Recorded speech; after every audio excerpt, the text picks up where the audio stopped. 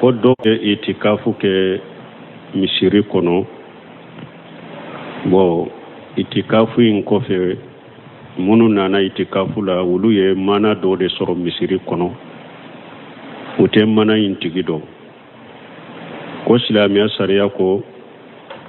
fɛn tununnen i k'a ɲini san kelen, yala u bɛ nin fana ɲini san kelen wa?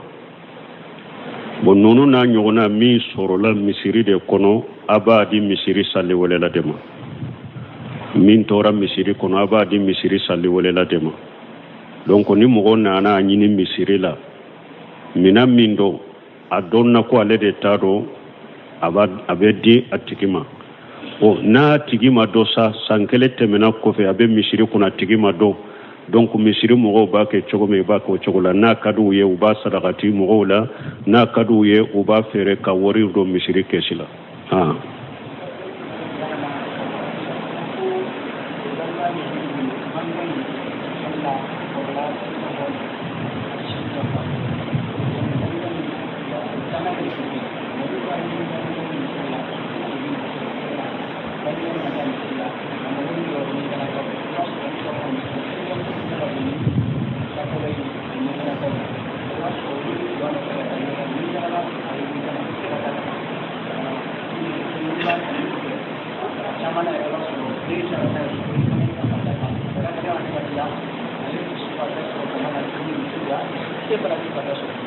Muso dɔw bɛ cɛ. Bon ko dɔ ko ale ka bangebaga in kɔrɔla. Bon a ka sugunɛ fana ka ca komi ni mɔgɔ kɔrɔla daruraw bɛna cogo min. Bon olu bɛ taa n'a ye misiri la mais n'u taara n'a ye misiri la degun b'a la. I b'a sɔrɔ sugunɛ bɛ na ale ma wagati min o bɛ bɛn wagatiw dɔw la sali yɛrɛ jɔ wagati ma. Ni e ko e bɛ taa n'a ye ɲɛgɛn da ka na a b'a sɔrɔ jama salira k'o bɛ cogo di. Min kɛra nin cogo la darura de bɛ nin ka sali a ka so kɔnɔ. Nin ka sali a ka so kɔnɔ nin ye ujura de ye a ka sali a ka so kɔnɔ. Donc n'a nana misiri la degun b'a la ni min nana a bɛ e degun hari ka farida din cogo la. Nɔgɔya kɛra ale ujuratigi a ka sali la ka so kɔnɔ. Hari bi alhamdulillah sani futuri yɛrɛ ka se. Sheikh Salih Fawzan b'a kɛ Fatawa al-Hamawiya. O derisu kɔfɛ a ye ɲininkali jaabu minnu kɛ. Donc n b'a kɛ k'u lamɛn u y'a ɲininka ko mɔgɔ dɔw de don seli b'a la. Maana fiɲɛ bila bana de b'ale la. N'a nana misiri la o fiɲɛ bila in a bɛ mɔgɔw tɔɔrɔ a b'u degun a ka sali a ka so kɔnɔ wa ko nin ye ujuratigi de. Ujura dira a ma a ka sali a ka so kɔnɔ. Donc nin fana filɛ o cogo de la ni sugunɛ de ka ca ale la n'a nana degun b'a la misiri la a kɛra ujuratigi ale ka sali a ka so kɔnɔ.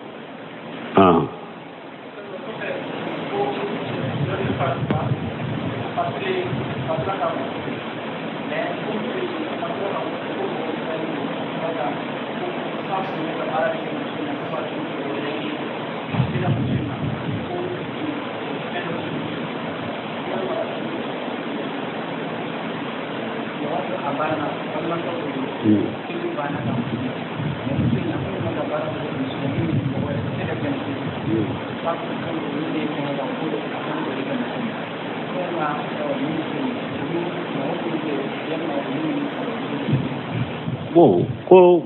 mɔgɔ dɔ de don ka mɔgɔ de don a falitora k'a ka muso to a kɔfɛ. Ko min u ko a ye fɛn dɔ de kɛ muso la. Maana misali la dabali k'a kɛ muso la ni mɔgɔ min jɛra muso nɔfɛ ale kɔfɛ pour o dabali k'e sɔrɔ. Ko o fatura ko muso to furuli bɛ cogo di. Muso in furuli t'i ka wajibi ye. A furuli tɛ mɔgɔ ka wajibi ye. Ni mɔgɔ min y'a dɔn ne ka limaniya bɛ se a kɔrɔ u ye min fɔ a ye ko min kɛ ko bɛɛ bɛ Ala de bolo. Ko bɛɛ latigɛ bɛ Ala de bolo komi Ala yɛrɛ y'a fɔ cogo min wa ma hum bidarina bihi min ahadi illa bi idhnillah. Ala ko dabalikɛlaw tɛ se ka mɔgɔ si tɔɔrɔ n'u ka dabali ni Ala ma jɛ n'a ye. إنه ليس سلطانه على الذين آمنوا وعلى ربهم يتوكلون ala ko sirate setane bolo kata mogo ma munu limana ni ala ye ani nu yu ka koda alaka innama sultanu ala allazina yatawallawnahu wallazina hum bihi mushrikun setane ka sirabe kata mogo de ma munu be setan munu ye setane mino ka bisi nyogoye ani munu ye setane fara alaka setane ka sirabe kata wode ma donc ni mogo min ye limaniya jon tige kata wudini ka gida kani tawakkulu bu bolo ni ko iba furu silamiya sariya mi balala men ni min ko fana nin ko in fora la ne ma furli toy wajibi tika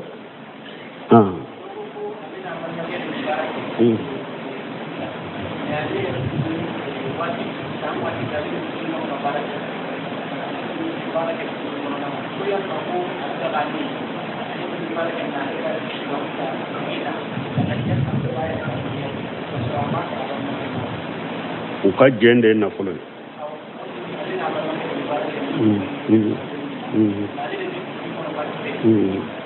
bon ko doko alena ka balma ke de ben na fulo barake nyogon fe jenye na fulo mais ale de be bitiki kono kan na fulo imbara yala wori abe daga aleye aka penta wori na kallah ya sayere ani aka bali mam ke min jenye na fulo nota kalamawa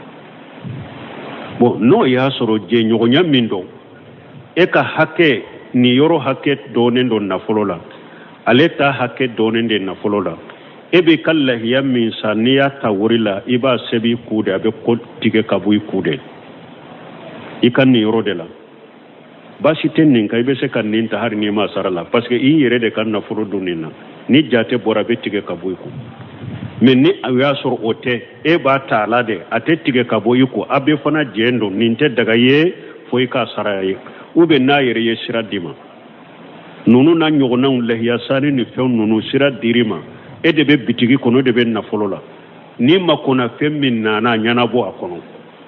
na yere ye ni sira dima ni fora ye adagare ke kala ya sahar ni masarama parce que ye sira dima ye jendima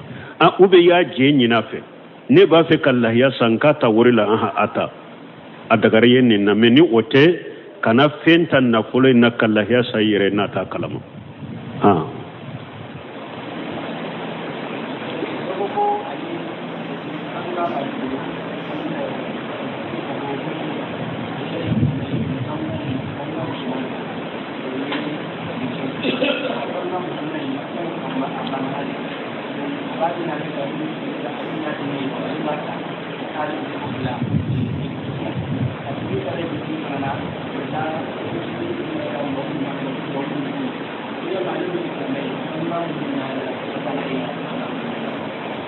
bo ko ale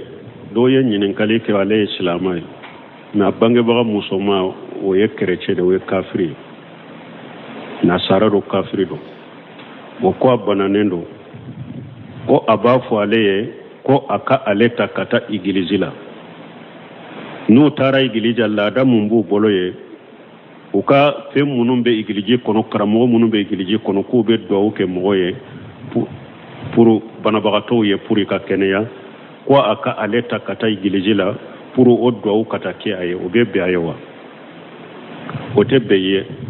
ibange baga de do hara kafiri lama ni jinya furakeli dagale unde do abe daga ka furake ni jinya furakeli dagale unde do abe daga ka furake mais minye kata igiliji de la ate be kata igiliji la ko lu beta do kaye ko mo munum be o be do ke banabagato o te daga ye alaka aya qoso wala taawanu ala al-ismi wal udwan ala ko kana nyogon deme junubu ani yadala donc e kana ta gilijila kana ta bila gilijila ni e islamai basuro do pana be anya chorolembe e de la islamia barala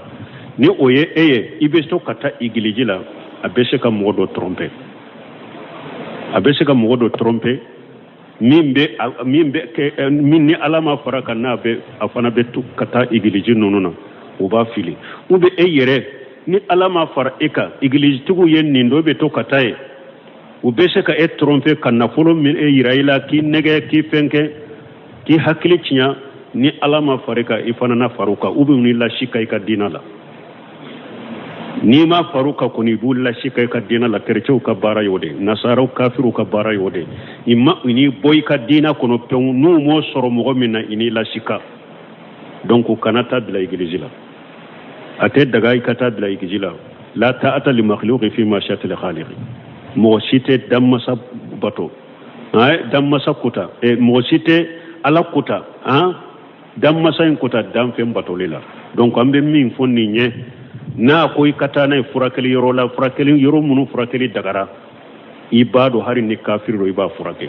me minye iglesia kono na yoro ina kanata yoro do yala soso yoro de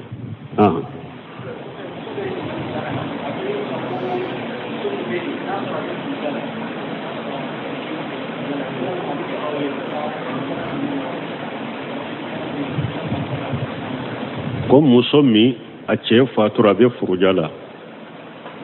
ya be daga leye a kata salli kenan lawa musomi be furujala don ke bawu ya ira kana bo kana ta jama salli rola har ni muso korbaro ale tun la da be ta salli misiri la jamala ube ni sungalo la nafila yoro ube ewa minye sungalo salli ube la ya kanti salli kene muso furujato kana ta no yoro lunga tibeto ka so kono de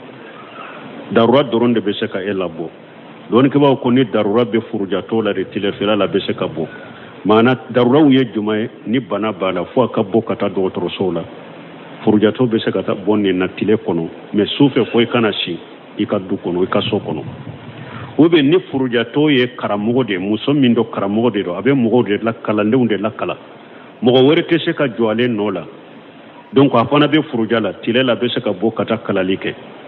ube muso nyere de be durusilike abake ka qur'ana tahfiju de ke na ma bo kata ka derisu mina kasagu ka be nyina ko darura be se ka bo ube muso min do balo baga yere tala mogo min be balo nyine kana dama o ta bolo fo a yere de ka bo ka balo nyina yere sino balo di baga ta bolo ni nye darurai abe se ka bo kata ka forola uba kana go foro uba ka jago me tilefe me sufa kana shaka sokono me nin nununte darura nununte akanata jama saliyoro la ni hari sungalo da kanata nafila saliyoro la salli kene akanata abe to aka sokono de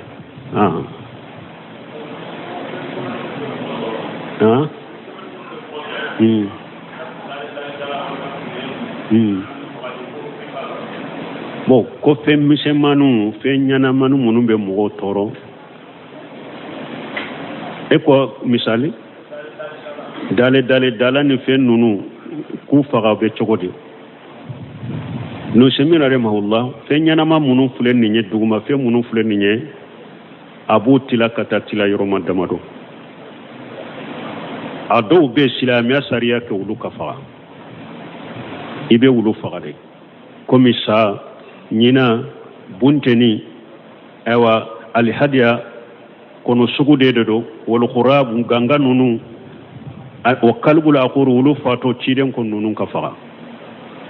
alwaziqu sunan terew ciden kon nunun kafa niye nunu nye ibu faga de tila yoroma fulana ciden koy kana ulu faga annahla wan namula wal hudhud kono sugude do ba fo mi muslimana ka kono ani dingenyen nunu wa difdal ani intori nunu ciden ye balile ka ko nunu kana faga ni nunu mi toro darurate kanu faga ibe nunu bilare ciden ko kana faga tila yoroma sabana ciden ya dada ma fenfo fenyana ma ya dada ma fenfo ka bo nu bunu seminu ko nu yu toro ufaga nu yu toro ni yere ya do fembe ni ye minke wala abuge kuma boyla ubeta nu ebe seka kisu toro makasoro ni mu fa tendo be nu ko yennin ko sugu kula dro beta ubu ga ukata na ya soro yu toro ite kisu toro lima fu ko fa dagara ko fa adagara iko fa meni minti toro dan fe ni fe nyana ma minti toro kana baga maka fa pasgala ma da gansa ala ya da kabila jiyan kono kodore kama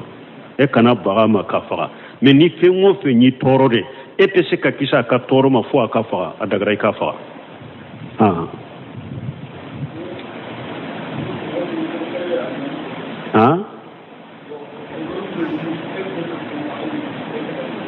nema ka kuma me aba la se min nyame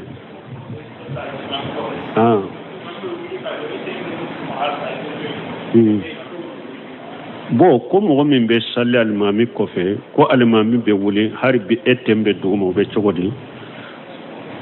donc ko almami no fe baga kanata almami nye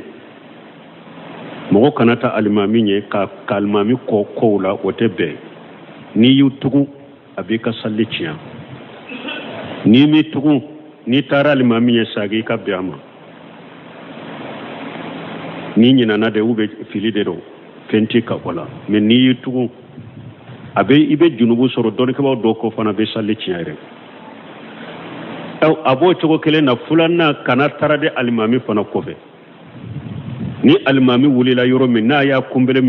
mina na wulila wuli na tara sujudu ke ta sujudu ke na wulila wuli iki ka baraw ke akofe kana ya haru yari ke almami ko fe ka tarde ko jugu o fana tebbe sabana ina almami fana kana ko ke nyogon fe ni almami be kumbele mina nyogon fe na be wuli nyogon fe o fana kana ke innama juila lil imam li tamma bi fayja kabbara fakabbiru ciiden ko almami kera kala degede na ye kabaru ke rebe kabaru ke mana ebi kabbara ke almami ko fe de itu ke anye ina atu ke nyogon fe ute tarde fana donc o de almami ko fe mogo almami ko fe ika nyuma yennin chogode ika ko ke almami ko fe ika na ya garu fana o de ato nana hadisa dola sebo ko ni ulu ne ciden be nyogon fe ko ni ciden be ta kumbele minala ko mogo site ayere kuru ulu la folo foy ciden ka kabaru katige me ciden tumbe kabaru ke kabaru chogo nyuma ndela parce que cide takbiratul intihal uba fo takbiratul intihal kabo urukunu la kata urukunu la cide kabaru na be urukunu indamina abe kabaru damina ni urukunu be bayoro me kabaru be ba o de kabaru ke chogo alimamu bolo mana ni ye kuruli damina kata kumbele mina ma ini Allahu akbaru be jigide bolo fula shera kumbele mina ma yoro me kabaru be ba no beta sujudi fanama iye kuruli damina kata sujudi ma yoro me kabaru ba damina yoro la itembe se duguma yoro me kabaru bana ciden ka kabaru tekbiratin tikhali tumbe nin jogodela donc sheba ko lu be ciden la mede ni abeta kumbele mina lay kabaru fo ni kabaru tigara yoro me dara ulu fana be kumbele mina na beta sujudi la uba la jere ni kabaru tigara yoro min lu fana beta sujudi la bo don ke ba ko ewa mugo mi ni nya tala ni nya bala na ya kumbele mina yoro mi kumbele mina na ye sujudu bi yoro mi sujudu bi ne kambe marasero juma e nya ta alimamila na kan tigara ibe tuwa ko ni nya be alimamila i jode folo ni alimami ye kuruli damina kata kumbele mina e jolen kato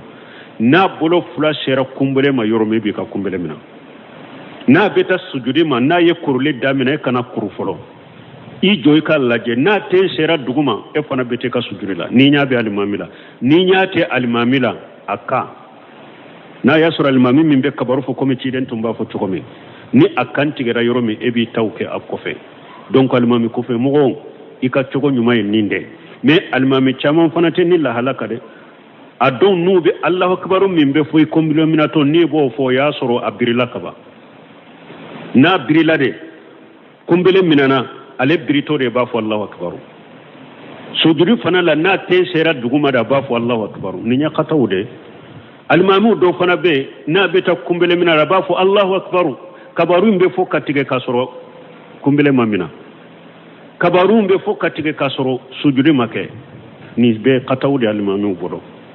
takbiratul intikhalu uka jate mina ka bowru kunu de la kata uru kunu la o de ya ke chogo nyumaye parce que alimami ko fe mo bi la de na nya be la ni kumbele mina bi la de na nya te bi la kande be marase abi kanti gali de jate mina kata atala donc nin ka famu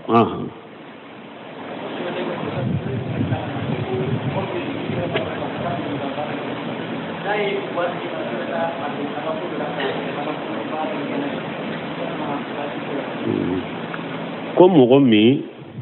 e ba do ko abe iriba barake bo na ye o iriba na folo intaka dema ko ikata do hera ko ni ala ko do la be daga ika minawa be daga ika mina ngo do ke ba ko ko nafolo haramuya le baara cogo ye nafolo min haramuya o ye dolo feere nafolo b'i bolo e ye iriba baara de ka nafolo b'i bolo dɔɔnikɛbaw ko ni tuubira ka bɔ a la e bɛ iriba in baara wagati min fana i y'a dɔn ko iriba do haramu do i y'a baara k'a sɔrɔ o kɔfɛ i nana nimisa i b'a fɛ ka tuubi ko i ka mun kɛ ko i k'a dɔn hɛrɛ siraw de la ko pour e ka kirisa a ma ko i ka iriba nafolo in financer i k'a dɔn hɛrɛ siraw de la ka siraw dila n'a ye ka forasiw jɛ n'a ye sen n'a ye ka hɛrɛ ko dɔ kɛ n'a ye e ka kisi ka bɔ a ma k'o ye nin de fɔ wala ni iriba nafolotigi ye iriba nafolo ta ko e ka taa don hɛrɛ sira dɔ ma taa forasi sɛn mɔgɔw dɔ ye taa sira dila n'a ye mɔgɔw dɔ ye a bɛ daga e k'a minɛ ale min ye haramu n'a ye nin sɔrɔ haramu la baraji t'ale de ala fɛ inna allaha tayyibun la yaqbalu illa tayyiba ala ye masa sɛnɛman de a tɛ fɛn minɛ fo fɛn sɛnɛman mais a taara hɛrɛ baara min kɛ bon o bɛ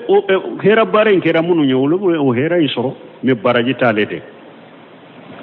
Ibn Sami rahimahullah abe aka fɔ majmu fatawa kono ani aka fatawa al-liqa al-bab al-maftuh uya nyinin kan nafuru haramu yare iriban nafuru e baru ni nafuru haramu la atara ka di ema adagara ika minawa akon nafuru haramu yale nye chogo ya fulade akon nafuru dobe nafuru nyire jati de haramu e nafuru dobe ale jire jati te haramu ye bara cogo de ya haramu ya akon nafolo min jati ye haramu ye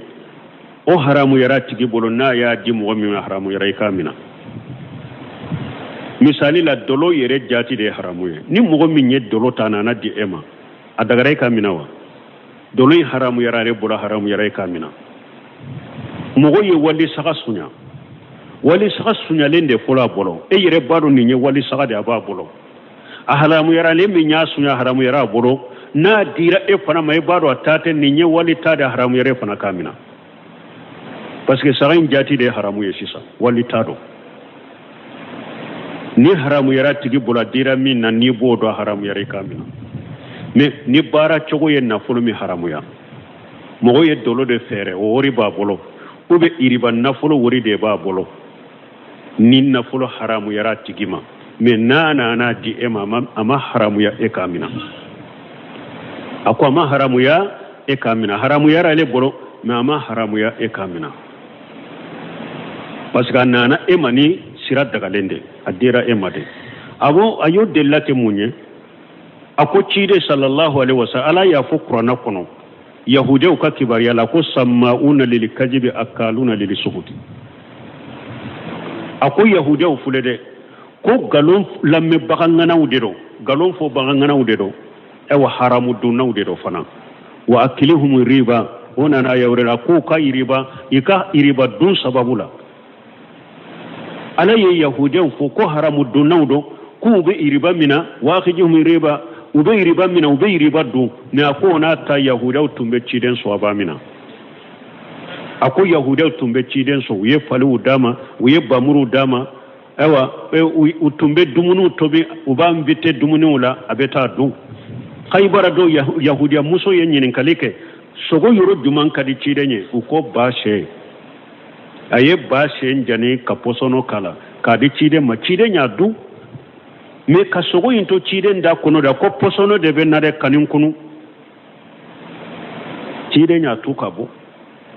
wala Ibn Sami y'a delila kɛ nin ye a ko nafolo min ni ɲini cogo de y'ale haramuya donc o haramuyara tigi bolo mais n'a dira mɔgɔ min na dagara e ka mina mais ni mɔgɔ dɔ ye Abubakar Sidiki t'a fɔ an ye Abubakar Sidiki don dɔ tun b'a bolo a b'a bila baara la tile la n'a ye min sɔrɔ a bɛna di Abubakar ma a b'a dun don dɔ la ani ja kamalen tun bɛ kɔnɔnfili de la jahiliya la tun tɛ kɔlɔnfili yɛrɛ cogo dɔn k'a to jahiliya a ye kɔlɔnfili kɛ dɔ ye a juru tora o la o ma sara o kɔfɛ de diina faamulen kɔfɛ silamɛyalen kɔfɛ a bɛ Abubakar bolo don dɔ a bɔra ko a bɛ taa baara ɲini ka taa fɛn ɲini na dɔrɔn a n'o tigi de bɛnna a ka kɔlɔnfili juru min tun b'o tigi la o ye a ka juru in sara a nana a y'a di Abubakar Sidiki ma Abubakar y'a dun a ko i ye min dun sisan i b'o dɔn Abubakar ko mun don ako jahilera ntum be kolon filinde ke ntum tese kolon fili yere la de me nyaake mo do ya min sara bi no de be no yin sara ufule ko de do Abubakar ya bolon ko ni do kan kono ka fono o ko Abubakar ibika e wa kono na fe umbe boninde kama akonna ya suru nyem min do kono na ya suru na te bonin nugo de unde ma bo anofe mbin nugo de umbo anofe ate to ne kono ne ya me cide ma ko sogo na falela haramu de la tasuma de kakano janine nin te to ne kono ala don ke ba ko ni yere koloshi al waraw donc ni mugo min ko ne yere ya do ni nya haramu de hari na miladi dagara ne pour kinyere koloshi ntadu ibanna la basitika iye nyuman ke ni mugo min nya to yere skurusi kama ne yere ya do kabani nya haramu de ntamina basitika iye nyuman ke o yere koloshi de minna ya sura darura bila haju bila yamina silama sariya ma haramu ya bolo no semi rahimahullah ayen nin jabi aka kitabu kono nin chogola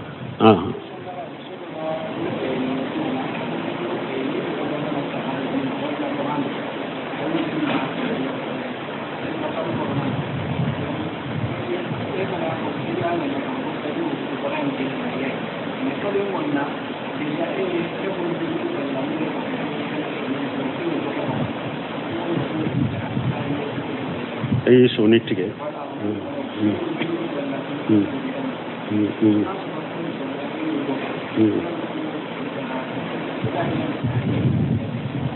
o ni kali min ke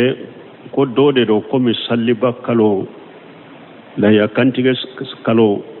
do nana ka saga do di ema ko ka ke la ya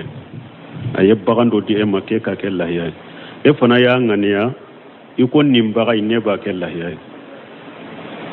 me kalo in konona la silamia sariya ye min fo ko ni mogo min ba fe kala ya kantige ikani kunsigi tige ikani soni tige ikani farikoro yoro do tige ko oye uluke eye ek soni tige kalo in konona la o be fenki kala ya lawa don ko ko la no semira mu ka kitabu kono ar-risalatu fil uduhiyatu aye kitabu do dila layat kelem pewka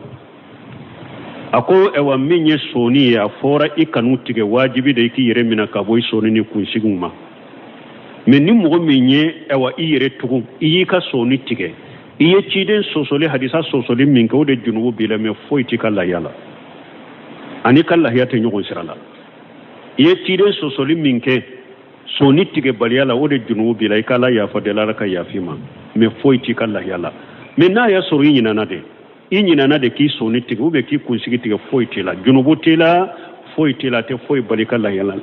rabbana la tuakhidna in nasina aw aqtana ala ko faalitu ciden ka sanna yele ciden ko ala ma ko nanyina na kaminke ube an katoro kaminka ikana minanae ala ko nyoka we wala ninyina ne do basi siti ka junubu tila foytila ikalla ya na te nyogon sirala ni yere tugu yere de ka ke ye junubu de soro soni nunun tigeli ni kunsigi tigeli le me ani kala ya te nyogo sera la foyti kala yala subhanakallahumma rabbana bihamdi ko doko olu ye itikafu ke misiri kono bo